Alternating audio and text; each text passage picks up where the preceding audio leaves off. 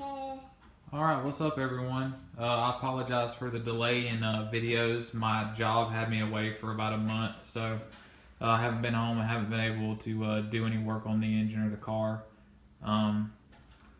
So I got everything back from the machine shop, and I've laid out the pistons and the piston rings, as you can see. And the next part in this process is going to be file fitting the piston rings. It's not really a hard procedure to do. It just is. It's really time consuming. So I'll go over some of the tools that you need to file fit piston rings. So first off, you're going to need something to file the rings with. You can get one of these off of Summit Racing or Jegs, Amazon.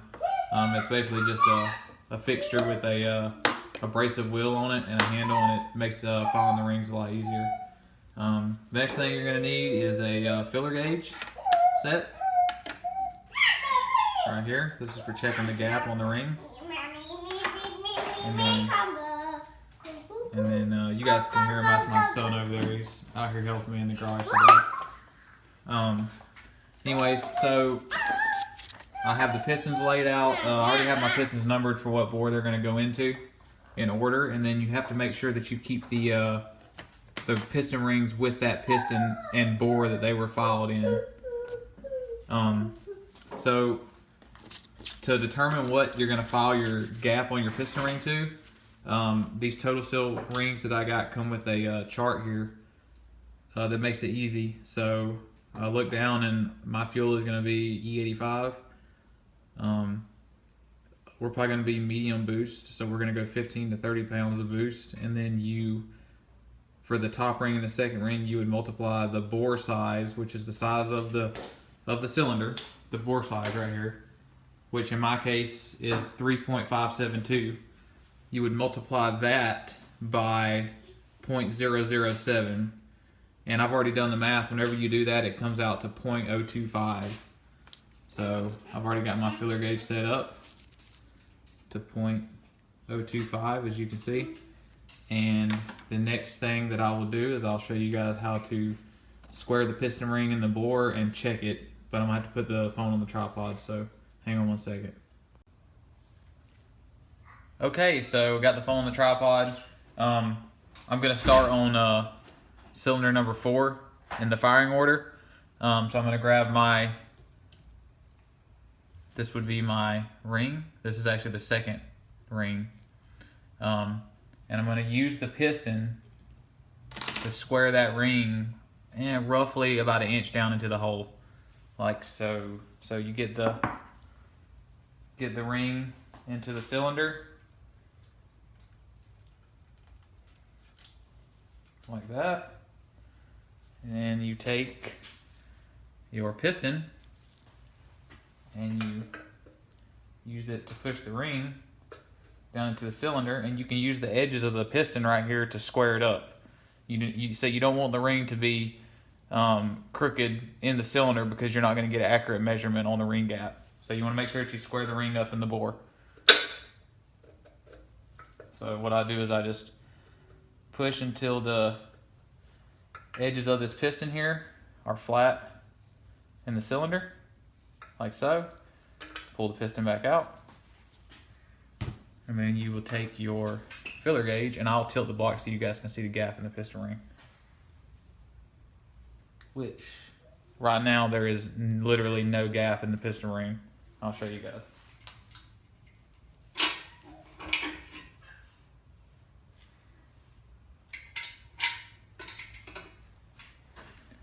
All right, let's see if I can get this phone out here close to the ring. So, right here, where I'm pointing the filler gauge at, it's kind of hard to see because I don't have good light, but there should be a gap right there, and right now there is no gap. So I'm going to have to file this ring down a good bit and then put it back in the cylinder bore and check it. So I'll do that, and then I will start the video back up for you guys. Okay, so I've got my piston ring filing tool set up. Now I've got the piston ring. So I'm not actually going to file the ring because it's going to be hard for me to do holding the camera and filing this thing down. So I'm just going to show you guys the basic concept of it. Now you can squeeze, when you get this ring on this fixture here, you can squeeze both sides and that'll file the ring faster. But one thing that I've found when I do that is that the ends on the ring right here get uneven, so you don't actually have an even gap. So as a solution to that, it make it a little bit easier, a little more controllable, is to only file one side of the ring against the sanding wheel here, and it allows you to keep that ring more square against the wheel. It's more time consuming, but if you want to have your ends right here nice and straight and square with each other, that's the best way to do it. So I'm going to file this ring down some, and I'm going to put it back in the cylinder bore, and we'll check it again. And so I'll start the video back up once I get this reinstalled in the bore.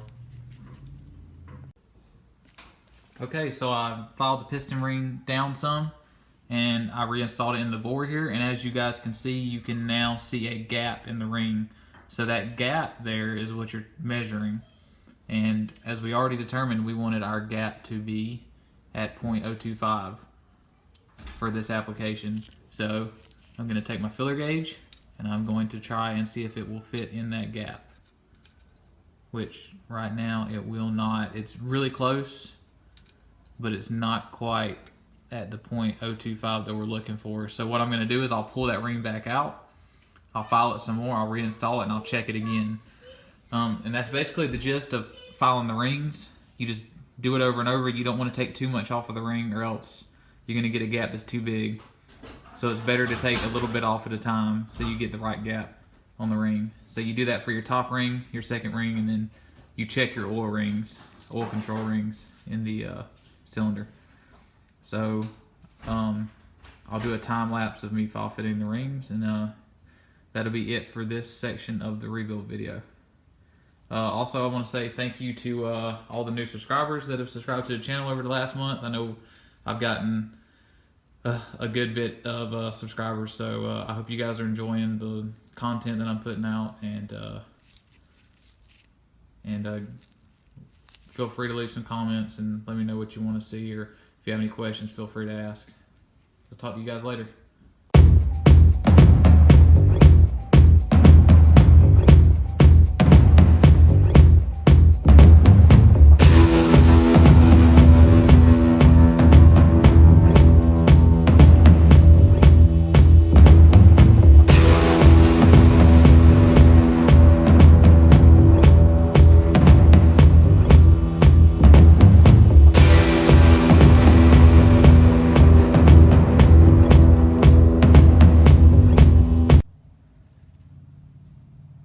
Alright guys, so it looks like I got one cylinder of the top and bottom rings filed so far.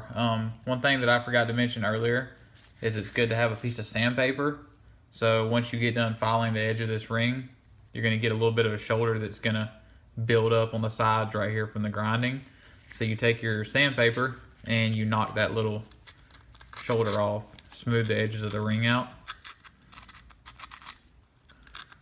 so you have a nice smooth, clean surface on the gap of the ring right there.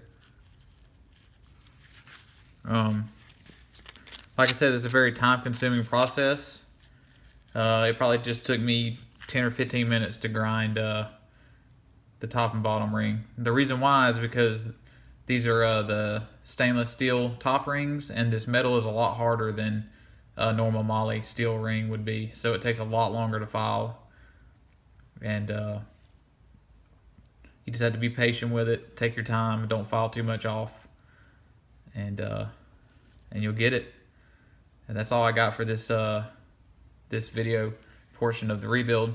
I'll talk to you guys later.